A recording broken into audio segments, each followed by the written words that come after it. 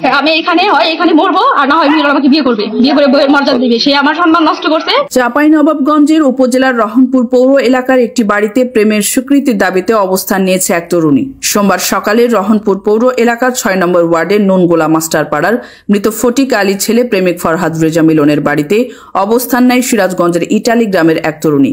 সে আমার সাথে ব্ল্যাকমেল করে আমার সাথে মেলামেশা করতে, প্লাস আমার থেকে 1 বছর ধরে আমি যা ইনকাম করছি সব টাকা সে নিছে। আমার ব্যাংকে টাকা ছিল সেগুলো সে নিছে উঠায়। আমাকে সবসময় বিয়ের প্রলোভন দেখাইতো, সে আমাকে বিয়ে করবে, এই মাসে করবে না সামনে মাসে করবে, এভাবে আমার টাকাগুলো নিত। এখন আমার স্বামী আমাকে ডিভোর্স দিয়ে দিয়েছে। আমার চাচা শ্বশুরকে ফোন দিয়ে বলছে যে আমার হাজবেন্ড যদি আমাকে ডিভোর্স দেয় তাহলে সে বিয়ে করবে, এই জন্য সে আমাকে ডিভোর্স দিয়ে দিয়েছে। এখন সে বিয়ে করে নাই, ঢাকা থেকে পালা আসছে এখানে।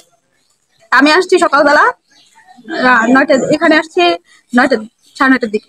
এখানে মরবো, আর না হয় মিলন আমাকে বিয়ে করবে, বিয়ে করে বইয়ের মর্যাদা দিবে। সে আমার সম্মান নষ্ট করছে, সে আমাকে বইয়ের মর্যাদা। এটা হচ্ছে মিলনের ওয়াইফ, মিলনের মা, মিলনের ভাই। মিলনের ওয়াইফ আমাকে মেরে মাথা ফাটাই দিছে। আর যখনই তারা জানে যে আমার ফোনে প্রুফ আছে, এই জন্য আমার ফোনটা আগে ভেঙে দিছে। এই সময় সে বিয়ের দাবিতে অনশন করলে মিলনের ভাই মেহেদি ও তার স্ত্রী, মিলনের মা সহ অন্যরা তাকে মারধর করে গুরুতর জখম করে।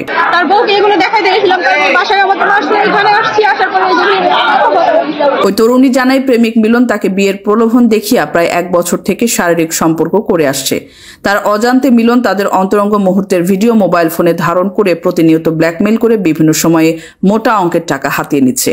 সে আমার সাথে 1 বছর যাবত আমার ব্ল্যাকমেইল করে, আমার সাথে সবকিছু করে, আমার টাকা পয়সা যা ছিল ব্যাংকের টাকা, আমার বেতনের টাকা সব নিছে। আমাকে বারবার বিয়ের প্রলোভন দেখাইতো যে আমি এই মাসে না সামনে মাসে বিয়ে করবো। আমার হাজবেন্ড কেউ ফোন দিয়ে সে বলছে যে ওরা যদি ডিভোর্স দিয়ে দেন তাহলে আমি বিয়ে করবো। আমার হাজবেন্ড আমাকে ডিভোর্স দিয়ে দিচ্ছে, কিন্তু সে আমাকে বিয়ে না করে এখানে পালা আসছে।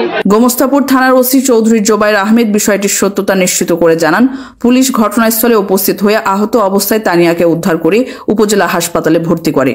তিনি আরও জানান, মিলন ও তানিয়া ঢাকার একটি কোম্পানিতে একসাথে চাকরি করত এবং একই ফ্ল্যাটে পাশাপাশি থাকত। তখন থেকে তারা সম্পর্কে জড়িয়ে পড়ে। তবে তারা দুজনেই বিবাহিত। এ ব্যাপারে আইনগত ব্যবস্থা গ্রহণ করা হবে বলেও জানান ওসি।